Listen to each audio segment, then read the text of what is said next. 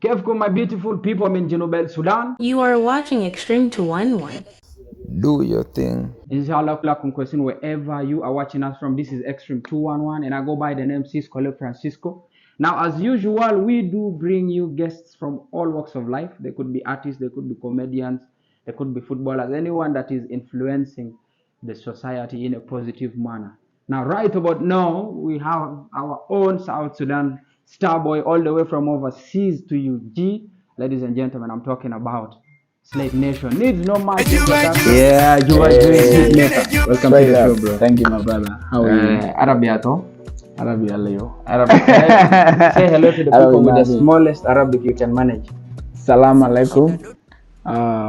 Nas Juba, Nas Junub Sudan. Junub Sudan, and everybody around the world, East Africa, Africa, worldwide. It's your boy Slate Nation, all the way from South Sudan. Yeah, so big up. Yeah. Well, now a quick reminder: if you have not yet subscribed to our YouTube channels, please do head there and hit the subscribe button, and you can as well like and follow on all our social media platforms. Now, Slate, today we'll be talking a bit of your music, yeah, man, and a bit of your travel to overseas and your stay there, persons. But before we get into that, let us start with knowing Slate from Genesis. What are the real names of Slate Nation? Genesis, all the way. Slate is not Mo. So I'm from Baral Gizal, the other side of South Sudan, and my names mean struggle. So basically, all South Sudanese are born in war. So my dad gave me that name. I started music all the way like 2010, and a choir member in a church. So I used to be in a church. I used to be in a choir. And a few years on the line, I came to UG, and I was studying in UG, and I ended up, sneaking out of school and go to the studio and record one song. If there's any community event or South Sudanese event, I just go and do my thing, and start taking off slowly from there. And music has always been part of me. Like my great grandfather was a local singer, and then we have our great local singer called Malok. Oh, South Sudanese know him. Yeah. And inspired me. Like he used to come to my mom, and my mom used to brew local beer, so he could just sing one song. Andaya. We call it Andaya in Arabic. Take it. Andaya, that thing. So like I've always been inspired so much by so many people, and also by the things that we've been through as South Sudanese, as the youth. We've been through so many challenges, and I took the road of music to be my medicine, to be my therapy, to be my remedy. Just if you could recall, what would you say was your first ever song that you did? My first ever song was called "Come Down," "Come Back Home." "Come Back Home." I did it with a few of my other artists from the other side. There was like Kola, there was Carlos, and Robert D. Back then, like we're like a crew, and then we did that song because like after we got the independent, we're actually telling those people from outside, come back home. We got the independent before the second war. We're like, everybody come back home. We've got independent now. Our country is gonna be in a better place, in a better position. Come back home and build your country and be part of the community. So yeah, it was an amazing song, and yeah, it took off. That's where the starting point is. Yeah, Jama, we cannot continue without Juba Juice. You have to give a little bit of an acapella of Juba Juice. Let them know it is you in body and soul.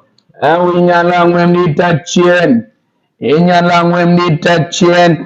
kuwari tonyan let the bad man talk. Hey Juba Juice. Hey Nyan Kene Juba Juice. Do you speak a little bit of Dinka? Yeah, I understand a little, but Nyan Kene Juba Juice. Yeah, I get that one. That one is not so hard. Hey Nyan Tin Tidan. Nina being a patch in Yana Choriana. Kunada Kating and Yana Mira chopping. You will well into with the money nigga. Do you understand that? More fire. A round of applause for him, man. Yeah, man. Now that song did well actually for you, and I don't know how many stages you've performed it at. What would you say is the best stage you've performed? And your dream, is it O2? Which one? But first, the first one, I did a lot of big concerts here with so many big people. Like Remember when I was in UG, if you can remember Yeah, I my remember. story, I did We were in Zambia boys. Well, okay, I used to come down to the field there. I did all these big concerts with Camille, Palazzo. They always Yeah. call these guys have been always my family. Yeah, I When see they have a you big have a good concert, you know, connection with them. yeah, you know, we do the concert. But I think the most outstanding one were two. The one I did with Rema and Burna Boy in Australia. And I think those ones were like really like kind of like Yeah, made me think like, Jama. yeah, those That's ones a kind of nice made one. me think like, hey, we're still far away, my brother. When you go there and see it, and 90% of the people are our people. In Australia, 90% of African are Genuine. Yeah. And when these people come through and they put out their events, you see all Genuine coming out of the house. Yeah, Even they if turn it's up. winter, they turn up. And then when you come in out, they already know you. But if you're the one putting your own event, it's gonna be half of it. You see, so that's why I like, we still have a long way to go. If your people don't believe in you, you gotta run somewhere, man, to the neighbor, and you know, make sure you make. But I big believe things. the good thing is that you're having the right exposure. You've worked with the Rema, with the Burna Boys, with the Chameleon. That adds, I know, more to you, and it's a blessing to see that you're also blessing other people. We have so many challenges, and I kind of feel like we are the one, the youth, to actually make a change. We are the one to change our industry. We are the one to change our country. Whatever we do, we have to be united. If I become Bill Gates, I would never try to disrespect anybody or to look down on anybody, because no one knows tomorrow. Yeah, that's it. If I do a concert today and one individual come to my show, I'll say thank you so much. That one individual will bring the friend will bring another friend. You can never like dream of doing the O2 if you're still thinking about South Sudan only. Yeah. You see that? Yeah. It can never happen. You keep on dreaming until you die. You see that? So the most important thing is to work so hard so that people here respect you and your resume speak for itself. And anybody around the world. When I was down here on the street of Kantanga eating chapati, I didn't even have Chameleon's number. You still remember it? The first thing I did when I was here eating Chukomando, when I first landed, I ate it because anything like I'm planning to do a documentary on the street of Kansanga to show the other side of the world. This is where I started. Yeah. I'm not this guy. I'm not like, I'm Slate Nation and this one. No. Just humble, coming down here, do my thing, let the world know I started from here, my people. How many languages do you speak? Let's say botanical, mean University Sudan. How many do you know? Only two, my brother. Just the English, the one we're speaking. A little bit of Arabic there. Yeah, okay. I can hear whatever you say. It could take me a second for me to actually process it and try to reply you back. Because I did a little bit of research. Yes. And I feel language somehow affects how much your music would have been consumed. Definitely. Do you believe? Definitely. I believe in that. The thing is not even language. Me, every slight detail, I take it serious. But the thing is, one thing you need to understand is, I have a lot of songs in Arabic. You wonder how do I sing Arabic? I can even play you some songs from my new album, completely Arabic. How do I do that? What I do, I write my lyrics in English, and I get somebody to say, okay. What does this line? How do you say this line in Arabic? Yeah, there's that Arabic Juba. It's a slang. It's more like a patois of Arabic. Right. Yeah, this is what we need for the music. Yeah, for the youth. It's good for music.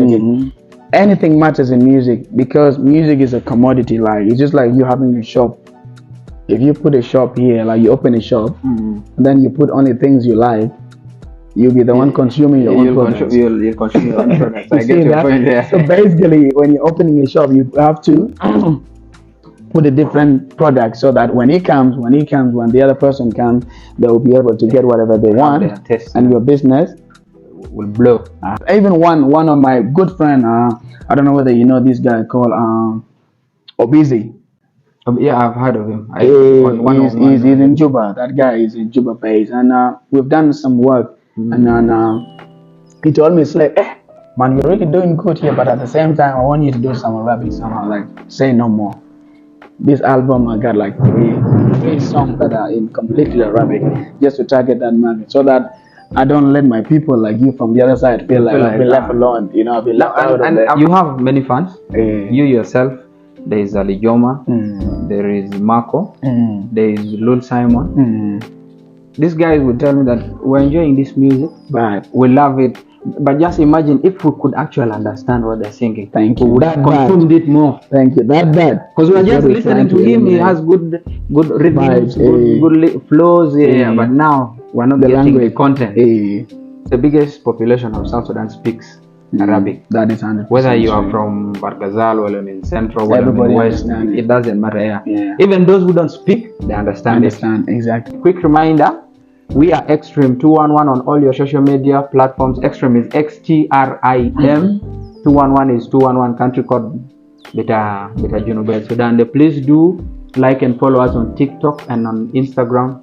On Facebook though, because of social standards, you cannot put a lot of nicknames. We are Extreme Junub Vibes. Yeah, you gotta support my people. Extreme Genu Vibes. Follow them. Subscribe to their YouTube channel, Slate Nation. Now we're jumping into your travel. Let me begin with the rumor. Go on. Now, there's always a rumor in South Sudan. One thing we did. We heard of a strategy of how you travel. You call it a strategy. Yeah. The travel strategy. So on the street, we hear that you first went for a concert. You came back. Unfortunately, you know when there's a rumor that coincidentally looks true. Because you disappeared for some time, and then you appeared. So even we were told that during your first show, someone briefed you on how to get asylum. First, did you go through asylum or normal process? No asylum. If you get through asylum, it takes you 10 to 15 years to be a citizen of Australia. And you're already a citizen. I'm here, so that's the living proof. That means asylum is out of the question. But we are informed that you got an asylum advisor who advised you abroad and told you come back, you sing a song that the government doesn't like, and then you write requesting for an asylum. That now, because of the truth and the facts that I'm speaking about my people, the government is after me. Yeah. So what I'm doing is I'm handing over myself to you guys. Just even when you landed, you already had an apartment, everything was set. It's the government. But you're here in body and soul, we can clear that. Yeah, Jama, am I the only person who had it? Well, I'm moving on the wrong street. One thing I want to say, I've never tested oil money. Yes, salam. So like, this one is hard work, what thing you see, my brother. And I've been on the street. I've been deep down in the ghettos. Mariel knows and other people. I've seen you, Chamdena. I was the first. I'm the first South Sudanese young artist that's not doing local music to travel outside. I opened the door for all these guys. Yeah. And I inspired all these guys. I inspired all of them. It's not bragging, it's the truth. It's out there. I can think through that. At least those that I know, most of them were doing local. Yeah. It's out there. It's not something we have to even debate about. Okay, tell us the secret. I'm coming to that. You see that? When I did my first show, I don't know, one thing about me, nobody knows about my private life. You don't see it outside there. You don't see people, talking about Slate Nation, this and this, family, all this stuff like that. But I actually have my family outside, like my real family. You can ask Marielle, you can tell you, I have my own big brother outside with the kids, living outside for more than 20 years. Full citizen. So that is where the apartment part came from. You see? So when I went outside, did my event, came back, went again. Actually, the histories I've made are so many, my brother. You can't even count them. I did my show, and what happened in my show, actually, I got robbed. I don't know whether you guys heard those news. Yeah, I heard of it. I almost died, and then somebody was beaten. They hit me on the neck. It was in coma for 3 days. I was in Channel 7 in Australia, national news. And then the guy that actually collecting the money, the Nigerian guy, was cut here in the hand with a knife, took the bag, more than $20,000 gone one night. Before I even went to Australia, let me rewind you back a little bit. It's the Nigerian guy, the guy from Nigeria, looked for me and find me on Facebook and got my number and called me. Where are you from, my brother? I'm from South Sudan. I want you to come to Australia and sing, because I was big time over there, massive. And Nigerians do research. do crazy research. Junubin keep on promising, hey, But then anything can get them money. we will take you years after years. My goal was to be one of the best artists in South Sudan, not to go abroad. You see, that was my focus. I didn't even know these things I was applying to go abroad. My family, the Nigerian guy told me, okay, I didn't even like believe it. I was like, okay, you do it. This is paperwork, you know. And a few months later, my first tour was already like approved for my visa and stuff like that. When I removed my flyers and post them, I was like, these people, they're just doing it for media attention. Yeah, they're not going anywhere. These guys are not going anywhere. You'll see them here tomorrow. I'm like, okay, no problem. I didn't believe until the day I picked my bag like this, go to the airport. Then everybody was like, congratulations. I'm like, thank you. People that who used to live with us on the street, they don't give us anything. They don't even give you 1 shilling for chapati. They are in your inbox. Please excuse me. They are in your inbox, you know. Congratulations. You open the message like this, you see it, you give thanks to God. That is future trap. You made it. People who have not been there for you and all of a sudden are there for you. So, cut the story short, my brother, has nothing to do all of that. It's just Junubin. Like, especially Junubin will support you. Junubin will not support you when you're struggling. They will support you when you made it to a certain level. They will hate you when you've gone above them. That is Junubin way. You see that? And when you come down, you're suffering like you're struggling, they will laugh at you. That is the Junubin. You see? It's gone Shamashi. That's my little You see that? And I'm just being honest with you. I took Palazzo, came from America. You remember I used to live in America. This is off the record, or you can put it whatever the case might be. But I was like Slate, because when I was here, Palazzo took care of me when I was on the street. I could even sleep in his house for some time if I don't have the rent. When I went there, I was settling.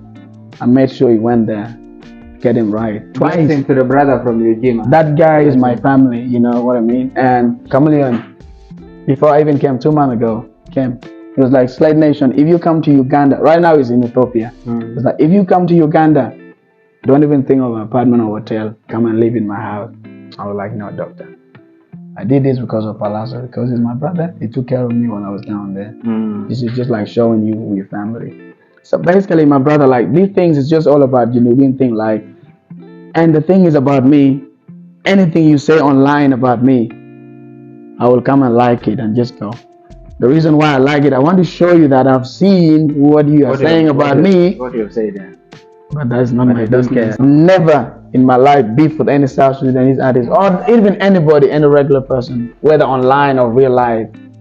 If I have an issue with you and you take it as a big deal, I'll say, I'm sorry, brother, and I go. You know, we are known for violence. They say, wherever you go, these guys, they are not good. They like to fight. You see that? That's true. So it's all about, like, if I do that, I want the neighbor to see that, no, I think I'm wrong about these guys. I think these guys have some good people in them. In every community, in every country, in every culture, there are good people and bad people.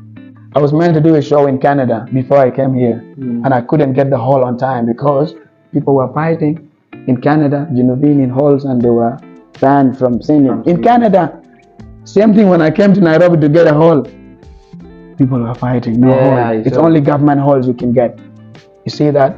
It's just like becomes like a culture wherever you go. Genovese are known for that. And the trademark. So we want to change that. The thing is on the other side, it's a beautiful land. People are really nice and kind, you know. Australia is completely different from America. America is a land of black and white from the get-go. Australia is typically a land of white, but black people went there. You see what I mean? And other people. So basically, things to do with racism and all the other stuff. You cannot even see guns or whatever. It's like a very peaceful country. It's very nice. People are lovely and welcoming. And, you know, even like if they see you as a black guy or an African person doing something good for yourself, these people even support you more than they can support their own people. Good thing about it, you've got access to anything. You want to make money, you can make money. You want to follow up your dream, you find people to support you. If you want to sit down and sleep, then you get about $400 a week or fortnight from the government, you can still do that. You want to get into drugs, You want to move 24/7, nobody's gonna ask you anything. It's a land of freedom. You can do, and it's all up to you to do whatever you want to do. But the thing is, you get so disconnected with your people because it's a very busy place. Everybody's time is Up and money. down, yeah. Exactly, like 24/7. You see, like it's the only challenge that we have over there. But other than that, everything is cool, man. How about the financial, what can I say, for lack of a better word, I would say financial mischief. How do you see people misuse maybe their finances? Because I heard life itself is a bit expensive. It is because everything is in dollar. It's just like me being in Uganda, everything is in shillings. But when you do it on the other side, if I'm here today, I can spend about 1,500 today for all of us here. And over there, it's just like me spending 150. Ugandan shillings. That's the only difference. It's just that for you thinking, if I'm in Africa now with $1,000, I can do so much with it. But you're not in Africa, you're over there. So it is 100% expensive, but when you're over there, it's not expensive because you get paid the same currency. So Provided basically, you work. exactly, you get paid the same currency. For example, if I have a set of 20 minutes to perform, it's 1,500. 20 minutes, nothing more, nothing less, and it's written down on contract. You see that, and you get gigs in every city, every single time. So basically, and it's a lot of money. When you just look at it, nobody can pay 1,500 here for 20 minutes, but it's just an easy money over there that you can easily make. The best way you can do it is to come here and invest. Have you ever thought of copyright? I am For 100%. example, for people, I would say Uganda started last week. The management of conscience. They wrote to Airtel Uganda. Okay. And Airtel Uganda has agreed to pay conscience 600 million Uganda shillings for falsely using his music, Songs. his promotions. in their promos without his consent. Yeah. And it's something that happened some years back, but because of the international copyright standards, they were protected. Now, if you come down to East Africa here, I would talk of Uganda. One, Palasso's Happy Birthday song. If it was copyrighted, I think he would earn so much money. Same to Diamond. Diamond, rather to harmonize the birthday song. And then we have Celebrate Emmanuel Campbell in South Sudan. It's almost used in almost every South Sudanese function. What do you think of the industry itself? And then we come to the copyright, because not long ago there were cases, issues between who is the real president or what is the real management of the South Sudan Artists Right. Union. I think with the South Sudan Artists Union, I'll not comment on that because I have no knowledge about all of that thing. I just don't want to say the wrong things. So you will It's always good. Yeah, it's always good to have information and then you can talk about it. But when it comes to the copyright thing, I think it's a very good thing. You know, it's so beneficial to the musicians. You know, because like musicians suffered a lot, my brother. You're the one with the song. You go to the studio, you pay for it, you record your song and put it out. It's a lot of other people that are gonna benefit from it more than you. For example, for us South Sudanese, our industry is now a little bit, just slightly in a better place than how it used 5 years ago. You know what I'm saying? Because we're filling up places now. Exactly. Artists are getting paid A little bit. You see, it's just like you bringing an artist from different places and take them to Juba. You pay them different money than the same money you can pay to your own artist that is at home. Not knowing if you can actually pay that money to your artist at home, your artist can grow, and even those people you want can even come for free if your artist just call them. You get it? Because you build the brand, they're big names. Those people respect them as well. We artists, man, it's just like being youth. Being youth, you know, if you're around your youth, like I'm around with these guys, I respect all of these guys, and all of these guys respect me. If I ask them anything, they can easily do it for me. It's the same thing with music. If you're around your peers and you're doing good, they see you doing good, they look at your page, they see you doing good, they salute you. If you call somebody today, somebody will pick your phone, you say, hey bro, I would love you to come to my country. I have my young brother here who's a promoter. I want you to do something. Help him. You wouldn't even need to pay $1,000 or whatever dollars. Just pay something small and they come. Say, get me a flight, accommodation, something small. Those upkeeps. You're actually like trying to you're actually helping in so many ways, you know. Now you're going to work on. So basically with the copyright thing, 100% would love our people to actually take that thing serious, because even if you're not here today, I'm telling you, things that we are doing today, the next generation will actually use them in a museum, my brother, because we are the starting point. And I think the best time is now because Exactly. it's still growing. It's not so big. Yeah. So like we actually just scratching the surface right now. We are actually the one making the way. We are not the one that actually gonna benefit from the industry, but people, the next generation is gonna talk about us. That who were the people that actually started this. If you have a CD, it can be put in a museum. If South Sudan becomes a big country or a developed country in the future, but this is one of the artists that actually started this last time. Do you know how many people are going to come as tourists to come and just see that, to pay, to see your CD, to just come and see it and know you and trying to read about your history, trying to know about you? You need to grow the industry. This thing of doing CD. We're not even doing semi-live. We're not doing it. How is the industry supposed to grow from that? We cannot do. I agree with you 100%. At the same time, it's not everybody that have that heart.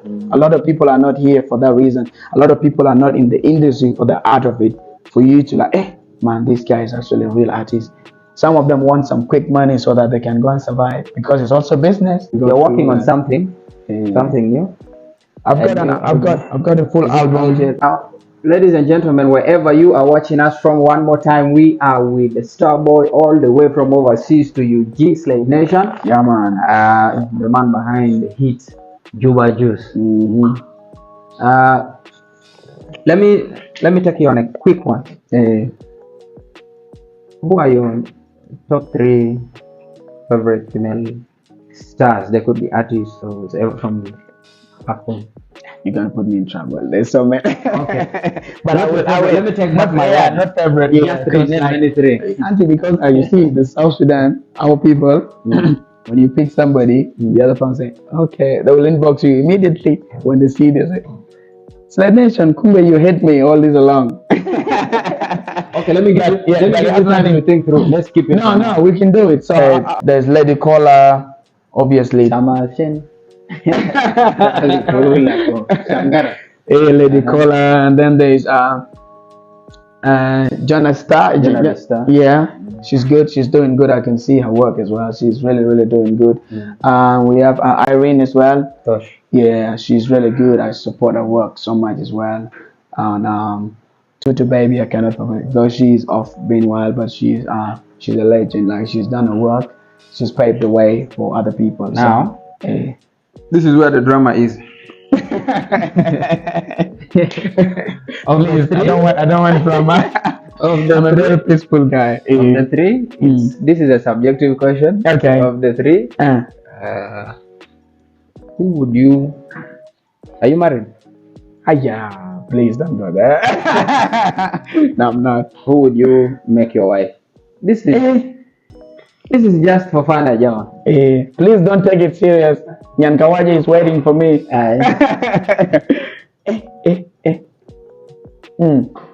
You mean Irene and Okay, let's do it like this. Who would you recommend for a wife? Hey, that's a good idea. That's a good one there. With the exception of Tutu Baby, I would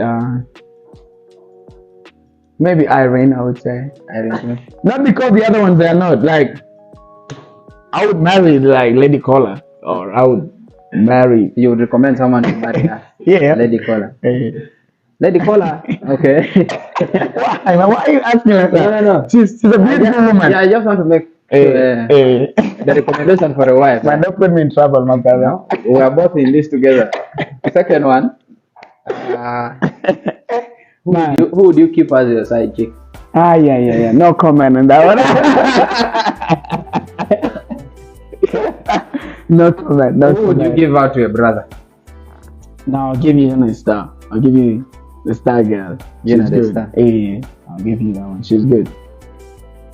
She's beautiful though. You can, Well, you can let us know who you would like to see in the comment section next time, and of course, you drop the questions that you would like us to ask. But at the same time, we have to recognize people's hard work.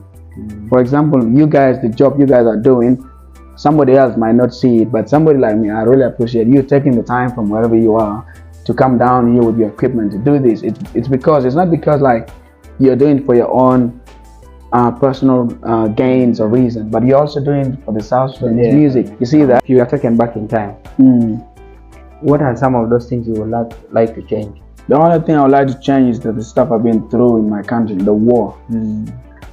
I think every Genubian can relate to that. We never had birthdays, we never had toys when we were kids. You're taken away from your parents at the age of 10, 15. They send you to a refugee camp, Kakuma, Uganda, northern Uganda, Germany, and all those refugee camps. You have to struggle there. No child would ever want to go through that. What advice would you give to the young Slate Nation that is starting? I think the only thing I would say is, if you're a young guy, study, man. Education is very important. Even if I didn't if I was back in the village and then just moved to outside. I've seen so many people outside struggling for 20 years. They've been abroad for 20 years, my brother. Some of them could not even get a decent job because they can't even say, how are you? You see that? So basically, if you get an opportunity to study, stay at school. You have your passion, you have your dream, follow it on the side a little bit until when you're done with your studies, because you never know, my brother. You can be anywhere in the world today, and that education is the key to anything, my brother. I'm just telling you the truth. We call it a wrap for today. I hope to see you guys next time, and I also do hope to see Slate, whether 101 or on the line. A big blessings to each and every one of you that takes their time to watch us. Wherever you are, we are Extreme 211. I go by the name Kola Francisco. I am your host as usual. A big blessing to Mariel Deep 6. You are watching Extreme 211. Do your thing.